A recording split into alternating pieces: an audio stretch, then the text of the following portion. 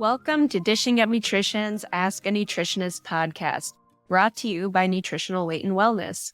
We're thrilled to be celebrating 20 years on air, discussing the connection between what you eat and how you feel, while sharing practical, real-life solutions for healthier living through balanced nutrition. Thank you for your support and listenership over all of these years. Now let's get started with today's show. On today's show, we'll be answering a nutrition question that came from one of our listeners. Today's question is about whether or not it's recommended to eat a bedtime snack. So here's what they said. I am confused by all the opinions on controlling blood sugar. Many health gurus out there advise not eating a bedtime snack because fasting is good for blood sugar control. But I often hear on Dishing Up Nutrition that a bedtime snack can help. I don't know what to do. So this is a great question, and I understand why there's confusion around this topic because there are a lot of opinions out there.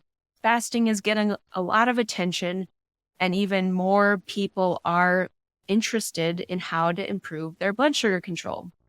So I hope that I can shed some light on the nuance behind snacks and the role that they can play. I do think that a snack can be beneficial for people for a variety of reasons, but like so many things related to nutrition, it kind of depends on the person. It depends on their lifestyle, their health history, and their routine in general. So snacks throughout the day, and in some cases, a bedtime snack can help stabilize blood sugar levels, meaning that you are avoiding overly high blood sugars, like blood sugar spikes, or low blood sugar levels. So we want to avoid either extreme. And here at Nutritional Weight and Wellness, we do recommend that our clients plan a balanced meal or a snack every 3 to 4 hours. So I usually encourage a balanced snack between meals. And when I use the term balanced, I mean that meal or snack contains some high quality protein, a serving of natural fat, and real food carbohydrates from vegetables and fruit. So this pattern of eating in regular intervals we have found is very effective in keeping blood sugar stable throughout the day, and it effectively prevents low blood sugar levels that very often trigger cravings for sugar and other processed carbohydrates like bread and crackers and chips and pasta, those kinds of foods, which are pretty counterproductive for overall health for many people. And for some clients, I may suggest a planned snack sometime after dinner if they are prone to overeating or binge eating at night, or if they have a habit of a lot of snacking on some of those more processed carbs.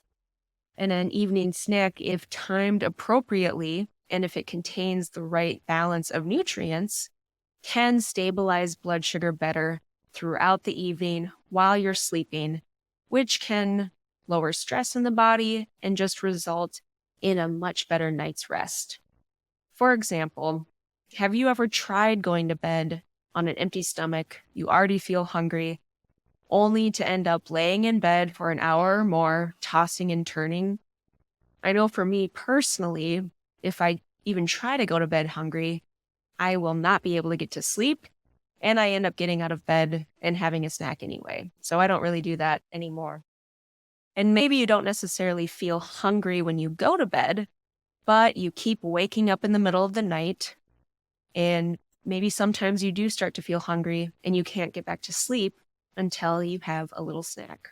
I've definitely experienced this where I'm waking up at 3 or 4. I'm trying to get back to sleep, but I really can't. I feel so desperate. I have to have a snack before I can get to sleep. So in those situations, it's very likely that you're experiencing a low blood sugar.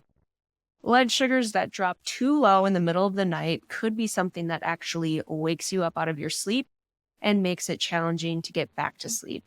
So in speaking with clients about whether or not a planned evening snack is right for them, I ask them if they're prone to cravings or binge eating in the evening, and if they're doing any blood sugar testing, if they know how good their blood sugar control is throughout the night. or perhaps if they're on blood-lowering medications, because those are all things that can influence the decision about whether or not that bedtime snack is right for them.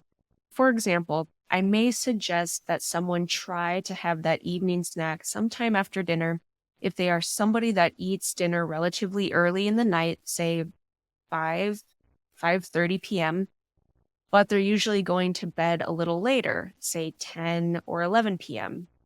So this is a 5 or 6 hour gap between dinner and bedtime. So their blood sugar has likely fallen to a low point where they're naturally going to start feeling hungry again shortly before they go to bed. And again, I do not recommend that you go to bed hungry because it can be very difficult to get to sleep and usually results in restless sleep throughout the night. So in scenarios like this, where it's been more than 3 hours between dinner and their bedtime, and they're having a hard time sleeping, I do recommend that they experiment with a bedtime snack just to see if it helps their sleep quality. It is so important to prioritize getting enough sleep and getting quality sleep on a consistent basis. It is very well documented in the research that just one night of poor sleep can actually reduce your body's ability to control your blood sugar the next day. So I say if a real food snack actually improves your sleep, I think that bedtime snack is worth it. And then we know if you're getting good sleep, your blood sugar control is just going to be optimized the very next day. Now, another example of where a snack can be useful is for certain people that have known blood sugar regulation issues. Perhaps they are pre-diabetic or diabetic, or they're on certain blood-lowering medications where they really need to pay close attention to their blood sugar levels. And in some cases, they even need to be tracking this while they sleep. So sometimes the right evening snack that's timed well can optimize blood sugar control throughout the night. I can share a client example with you. I had a client that had the opportunity to try a continuous glucose monitor for a few weeks. So that's a glucose monitor that's tracking your blood sugar 24/7. So while they were using this, they discovered that their blood sugar was actually crashing pretty consistently in the middle of the night to levels that were dangerously low. So to remedy that, we experimented with a snack shortly before bed that contained a good amount of healthy fat and just a little bit of real food carbohydrate, like a little bit of vegetable or a little bit of fruit. And that seemed to help stabilize blood sugar a little bit better throughout the night. She wasn't experiencing those crashes anymore, and she was getting better sleep. So that's another example of where a bedtime snack is actually better for blood sugar control. And I just want to comment on the idea of fasting. Fasting or not eating for a certain amount of time can be beneficial for overall health, but we all experience a brief state of fasting when we sleep. And this does allow our body the opportunity to rest and digest and repair itself. So giving your body a break from food can help your body carry out this natural process. And luckily, the time that you spend sleeping is a built-in way to achieve this. So while some amount of time of fasting or giving your body a break from food is beneficial for health, I would not say that everyone benefits from more extended fasts. For example, the patterns you've probably come to know as intermittent fasting or time-restricted eating, where you may only have an hour of 4 to 6 hours throughout the day where you can eat, and that fasting window is much longer, for example, maybe 18 hours. So I do not think that's sustainable for everybody and not recommended in many cases. But I do think that a 12-hour window of fasting can be beneficial and realistic for most people. That 12-hour window of fasting gives our body that time to rest and digest and repair itself. So an example of what this might look like would be enjoying your last meal or maybe a snack at around 8 or 8:30 p.m. You wind down, you get ready for bed, and maybe it's about 10 p.m. by the time you're in bed and starting to fall asleep. You give yourself a solid 8 or 9 hours to rest. Hopefully, you're sleeping most of that time, and then you get up at 7 a.m.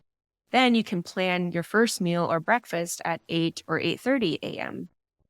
So that schedule allows your body that 12-hour window without food to rest, but it's also structured in a way that meals can be enjoyed at typical times of the day without risking very low blood sugars or intense hunger or those cravings. Hopefully, these examples and this information gives you a sense of whether or not a bedtime snack is right for you. Well, it's time for a quick break, but when I return, I'll share with you some of my favorite evening snacks.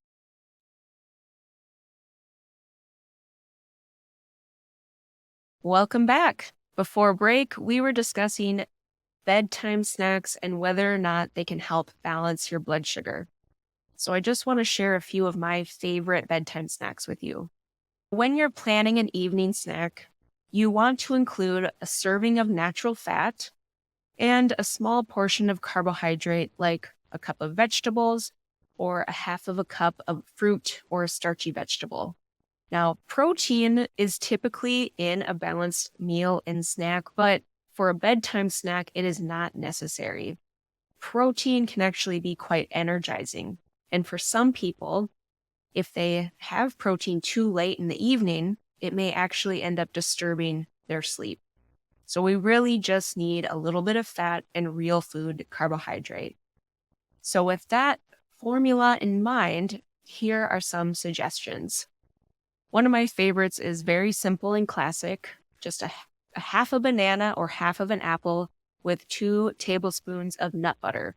It could be almond butter or peanut butter, whatever kind of nut butter you like. Or you could do the other classic combo, half a cup or 3/4 of a cup of berries with 2 tablespoons of heavy whipping cream. Or if you want to go the dairy-free route, you could do 1/3 of a cup of canned coconut milk. Simple, delicious, it almost tastes like ice cream. If you want to go more of the savory route, you could try a cup of vegetables, maybe celery or cucumber or carrots, and then top that with some cream cheese. I like to sprinkle some everything bagel seasoning on that. For like a dairy-free route, you could easily substitute the cream cheese with some avocado. Half of an avocado with a little salt. Delicious. One of my other favorite evening snacks is a half a cup of roasted sweet potato topped with a little bit of butter, about a tablespoon of butter, maybe a little cinnamon. It's so warm and comforting, and it's the perfect thing to have before bed. So hopefully these ideas work for you, and I'm hoping that this information has given you a sense of whether or not snacks before bed are the right call for you. So just to recap, an evening snack sometime after dinner could be helpful for some people. In a few scenarios where I recommend it is if perhaps you enjoy an early dinner, but you're not going to bed until much later. A little snack, an hour or two before bed can help with better sleep. Or maybe you're somebody that's prone to binge eating, or you have strong cravings for sweets or carbs in the evening. A planned snack can help mediate that. Or if you are somebody that has restless sleep or you have a hard time getting to sleep, experiment with a balanced snack in the evening to see if that helps. If you are somebody that experiences low blood sugars in the middle of the night, a snack with some fat and a little bit of real food carb can help stabilize blood sugars and mediate that issue as well. So thank you so much for listening to Dishing Up Nutrition's Ask a Nutritionist. If you found this episode helpful, be sure to leave us a review or a rating on your favorite podcast app so that we can help even more people discover the connection between what they eat and how they feel. And if you have a question that you'd like us to answer, please join our Dishing Up Nutrition Facebook community by searching Dishing Up Nutrition on Facebook. Once you're a part of that community, We invite you to join the conversation and share your questions with us. Or you could give us a call at 952-641-5233 to leave your question in our Dishing Up Nutrition voicemail inbox. So don't be shy. If you have a question, just let us know. We look forward to hearing from you.